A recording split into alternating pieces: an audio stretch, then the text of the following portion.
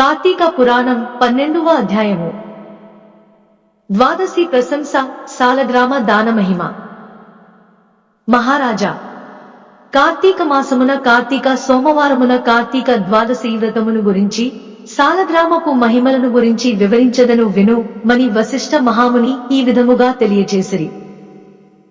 కార్తీక సోమవారము నాడు ఉదయముననే లేచి కాలకృత్యములు తీర్చుకుని నదికి వెళ్లి స్నానము చేసి ఆచమనము చేయవలయును.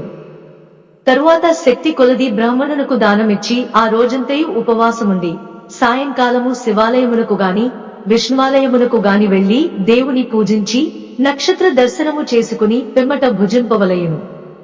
ఈ విధముగా చేసిన వారికి సకల సంపదలు కలుగుటయేగాక మోక్షము కూడా పొందుదురు. కార్తీక మాసములో శని త్రయోదశి వచ్చిన ఎడల నా వ్రతమాచరించినచో 100 రెట్లు ఫలితము కలుగును. కార్తీక శుద్ధ ఏకాదశి రోజున పూర్ణోపవాసముండి ఆ రాత్రి విష్ణువాలయమునకు వెళ్లి శ్రీహరిని మనసారా ధ్యానించి శ్రీహరి సన్నిధిన పురాణ కాలక్షేపము చేసి మరునాడు బ్రాహ్మణ సమారాధన చేసిన 1,000,000 యజ్ఞముల ఫలితము కలుగును.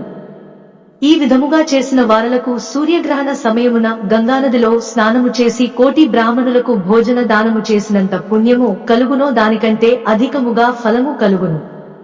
కార్తీక శుద్ధ ద్వాదశి నాడు శ్రీమన్నారాయణుడు శేషపానుపు నుండి లేచును గనుక కార్తీక శుద్ధ ద్వాదశి వ్రతము విష్ణువునకు ఇష్టము. ఆ రోజున శ్రీమంతులెవరైనా ఆవు కొమ్ములకు బంగారు తొడుగులు తగిలించి ఆవు కాళ్లకు వెండి డెక్కలు తగిలించి దూడతో సహా బ్రాహ్మణునకు దానమిచ్చిన ఎడల ఆయావు శరీరముందు ఎన్ని రోమములు కలవో అన్ని సంవత్సరములు ఇంద్రలోకములో స్వర్గ సుఖములందుదరు. కార్తీక శుద్ధ పాడ్యమి రోజున కార్తీక పౌర్ణమి రోజున కంచు పాత్రలో ఆవు నెయ్యి పోసి దీపముంచిన వారు పూర్వజన్మ మందు చేసిన సకల పాపములు హరించును. ద్వాదశి నాడు యజ్ఞోపవీతములు దక్షిణతో బ్రాహ్మణునకు దానమిచ్చిన వారు ఇహపర సుఖమును పొందగలరు.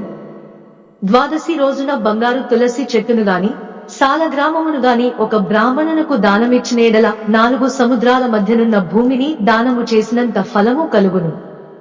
దీనికి ఉదాహరణముగా ఒక కథ గలదు, శ్రద్ధగా అలకింపుము. సాలగ్రామ దానమహిమ. పూర్వము అఖండ గోదావరి నదీ తీరమందలి ఒకానొక పల్లెయందు ఒక వైశ్యుడు నివసించుచుండెను. వాడు మిగుల దురాశాపరుడై నిత్యము ధనమును కూడా బెట్టుచు తాననుభవించక ఇతరులకు బెట్టక బీదలకు దానధర్మములు చేయక ఏలప్పుడు పరనిందలతో తానే గొప్ప శ్రీమంతుడుగా విరవిగుచు ఏ జీవికి కూడా ఉపకారమైనను చేయక పరుల ద్రవ్యము నెటుల అపహరింతునా యను తలంపుతో కుత్సిత బుద్ధి కలిగి కాలము గడుపుచుండెను. అతడొకనాడు తన గ్రామమునకు సమీపముననున్న పల్లెలో నివసించుచున్న ఒక బ్రాహ్మణునకు తన వద్దనున్న ధనమును పెద్ద వడ్డీకి అప్పు ఇచ్చెను. మరికొంతకాలమునకు తన సొమ్ము తనకిమ్మనని అడుగగా ఆ విప్రుడు, అయ్యా, తమకియ్యవలసిన ధనము 1 నెల రోజుల గడువులో ఇవ్వగలను, మీ రుణముంచుకోను. ఈ జన్మలో తీర్చని ఎడల మరుజన్మమున మీ ఇంట ఏ జంతువుగానో పుట్టి అయినా మీ రుణము తీర్చుకోగలను అని సవినయముగా వేడుకోనెను. ఆ మాటలకు కోమటి మండిపడి, అట్లు వీలులేదు, నా సొమ్ము నాకిప్పుడే ఇయ్యవలయును, లేని ఎడల నీ కంఠమును నరికి వేయుదును అని ఆవేశం కొలది వెనుక ముందు ఆలోచించక తన మొలనున్న కత్తితో ఆ బ్రాహ్మణుని కుత్తుకను కొసెను. వెంటనే ఆ బ్రాహ్మణుడు గిలగిల తన్నుకుని చనిపోయెను. ఆ కోమటి భయపడి అక్కడనే యున్నచో రాజభటులు వచ్చి పట్టుకొందరని జడిసి తన గ్రామమునకు పారిపోయెను. బ్రాహ్మణ హత్య మహాపాపం కనుక అప్పటి నుండి ఆ వైశ్యునకు బ్రహ్మహత్యా పాపమావహించి కుష్ఠువ్యాధి కలిగి నానా బాధలు పడుచు మరికొన్నాళ్లకు మరణించెను. వెంటనే యమదూతలు వచ్చి అతనిని తీసుకొని పోయి రౌరవాది నరక కూపముల బడద్రోసిరి. ఆ వైశ్యునకు ఒక కుమారుడు కలడు. అతని పేరు ధర్మవీరుడు.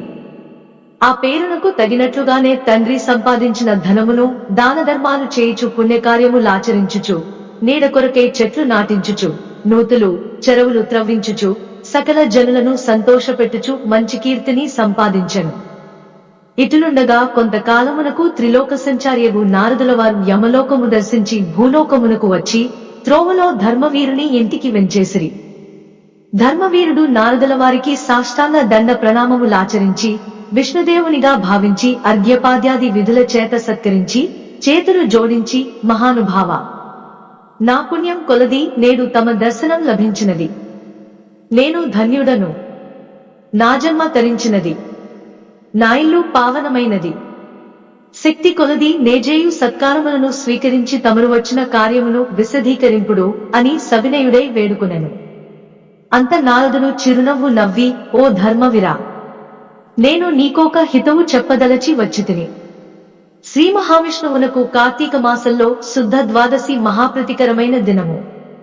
ఆ రోజున స్నాన, దాన, జపాదులు ఏవి చేసినను అత్యంత ఫలం కలుగును. 4 జాతులలో నేజాతివారైనను స్త్రీ అయినా పురుషుడైనా జారుడైనా చోరుడైనా పతివ్రతమైన వ్యభిచారిణి అయినా కార్తీక శుద్ధ ద్వాదశి రోజున సూర్యుడు తులారాశియందు ఉండగా నిష్ఠగా ఉపవాసముండి సాలగ్రామదానములు చేసిన ఎడల వెనుకటి జన్మలందు ఈ జన్మమందు చేసిన పాపములు పోవును. నీ తండ్రి యమలోకంలో మహా నరకమనుభవించుచున్నాడు. అతనిని ఉద్ధరించుటకే నీవు సాలగ్రామదానము చేయక తప్పదు. అట్లు చేసి నీ తండ్రి రుణం తెచ్చుకోనుము అని చెప్పెను. అంతట ధర్మవీరుడు, నారద మునివర్య, నేను గోదానము, భూదానము, హిరణ్యదానము మొదలగు మహాదానములు చేసియుంటిని. అటువంటి దానములు చేయగా నా తండ్రికి మోక్షము కలుగనప్పుడి సాలగ్రామ మనే జాతిని దానము చేసినంత మాత్రమున ఆయన ఎట్లు ఉద్ధరింపబడునాయని సంశయము కలుగుచున్నది.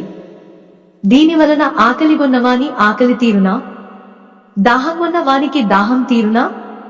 కాక ఎందులకీ దానము చేయవలయును? నేనీ సాలగ్రామ దానము మాత్రము చేయజాల నని నిష్కర్షగా పలికెను. ధర్మవీరుని అవివేకమునకు విచారించి, వైశ్యుడా, సాలగ్రామమును శిలామాత్రముగా ఆలోచించితివి. అది శిల కాదు, శ్రీహరి యొక్క రూపము. అన్ని దానముల కంటే సాలగ్రామదానము చేసినచో కలుగు ఫలమే గొప్పది.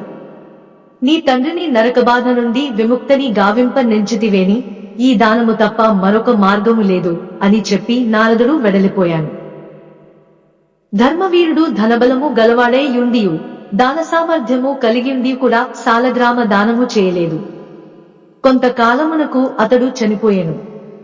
నారదుడు చెప్పిన హితబోధను పెడచెవిని పెట్టుట చేత మరణాంతరమేడు జన్మలయందు పులియే పుట్టి, మరి 3 జన్మలందు వానరమై పుట్టి, 5 జన్మలు ఎద్దుగా పుట్టి, 10 జన్మలు మానవ స్త్రీగా పుట్టి, 10 జన్మలు పందిగా జన్మించి యుండెను.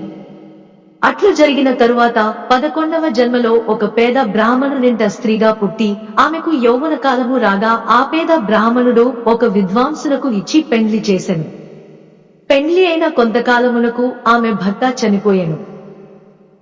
చిన్నతనమందే ఆమెకు అష్టకష్టములు సంభవించినందులకు తల్లిదండ్రులు, బంధుమిత్రులు చాలా దుఃఖించిరి.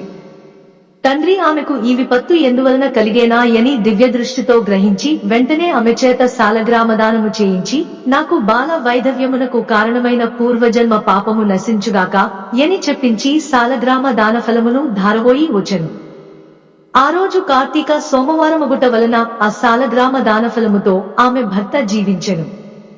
పిదప ఆ నూతన దంపతులు చిరకాలమునకు సకల సౌఖ్యములతో జన్మాంతరమున స్వర్గమునకెగిరి మరికొంత కాలమునకు ఆ బ్రాహ్మణ పుత్రిక మరొక బ్రాహ్మణుని ఇంట కుమారుడుగా పుట్టి నిత్యము సాలగ్రామదానము చేయుచు ముక్తినొందెను. కావున ఓ జనక, కార్తీక శుద్ధ ద్వాదశి రోజున సాలగ్రామ దానం చేసిన దాన ఫలము ఇంతింతగాదు, ఎంతో ఘనమైనది. కావున నీవును ఆ సాలగ్రామ దానమును చేయుము. 12వ రోజు